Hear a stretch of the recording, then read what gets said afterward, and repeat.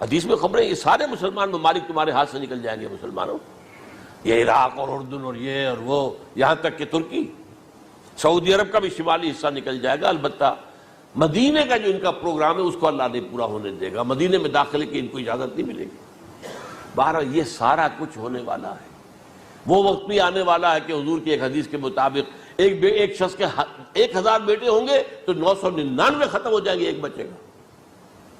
یہ وقت بھی آنے والا ہے کہ حضور فرماتے ہیں اتنی بڑی جنگ ہوگی، اتنی خونریزی ہوگی کہ پوری زمین اٹ جائے گی لاشوں سے۔ تو پرندہ جو ہے کوئی، ایک تو پرندے ہوتے ہیں کہ جو مردار خور ہے، گدھ ہے، وہ تو بڑی خوشی سے اتریں گے، تناول فرمائیں گے لاشوں کو۔ اسی طریقے سے کوے ہیں، چیلے ہیں، لیکن جو نفاست پسند پرندے ہیں وہ لاش کے اوپر اترنا نہیں چاہتے۔ تو ایک پرندہ اڑتا چلا جائے گا، اسے کہیں زمین پر اترنے کی جگہ نہیں ملے گی، لاشیں ہی لاشیں ہوں گی، یہاں تک کہ وہ تھک ہار کر اس کے جو ہے پر جواب دے جائیں گے، گرے گا تو لاش پر گرے گا۔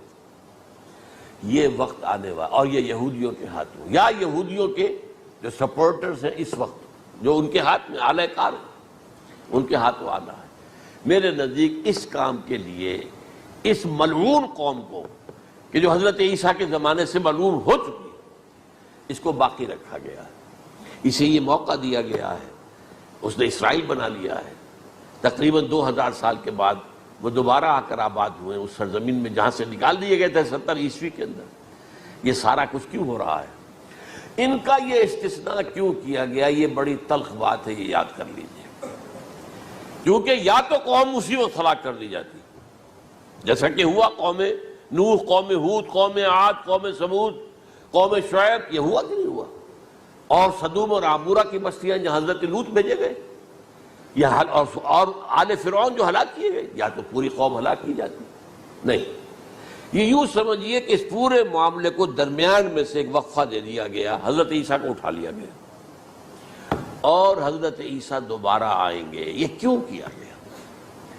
اب اس میں بڑی تلخ بات آپ سے کہہ رہا ہوں، یہ آپ کے لیے قبول کرنا آسان نہیں، حلق سے نیچے اٹھنے کی مشکل سے۔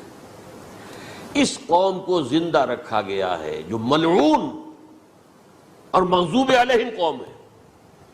سب سورہ فاتحہ میں مفسرین لکھتے ہیں ضالین، یہ نصارہ ہیں، اور مغضوب علیہم یہ یہودی ہیں۔ اور قرآن کہتا ہے لعن الذین کفروا من اہل الکتاب علی لسان داؤد وعیسی ابن مریم، لعنت کی گئی۔ ایک ملعون اور مغضوب قوم کے ہاتھوں آخری امت محمد، اور اس کا بھی بہترین حصہ، اس پر عذاب ان کے ہاتھوں آئے گا۔ عربوں پر عذاب یہودیوں کے ہاتھوں، اس لیے ان کو بچایا گیا۔ یہ میں نے کئی دفعہ واقعہ سنایا، مولانا اسلائی صاحب بتایا کرتے تھے، کیونکہ وہ راجپوت تھے، یو پی کے راجپوت، مشرقی حصے کے، کہ ہمارے ہاں کوئی نوجوان اگر کوئی بڑی گری ہوئی حرکت کرتا تھا تو اس کے سر پر چمار کے ذریعے، چمار کے ہاتھوں جوتا لگوایا جاتا تھا۔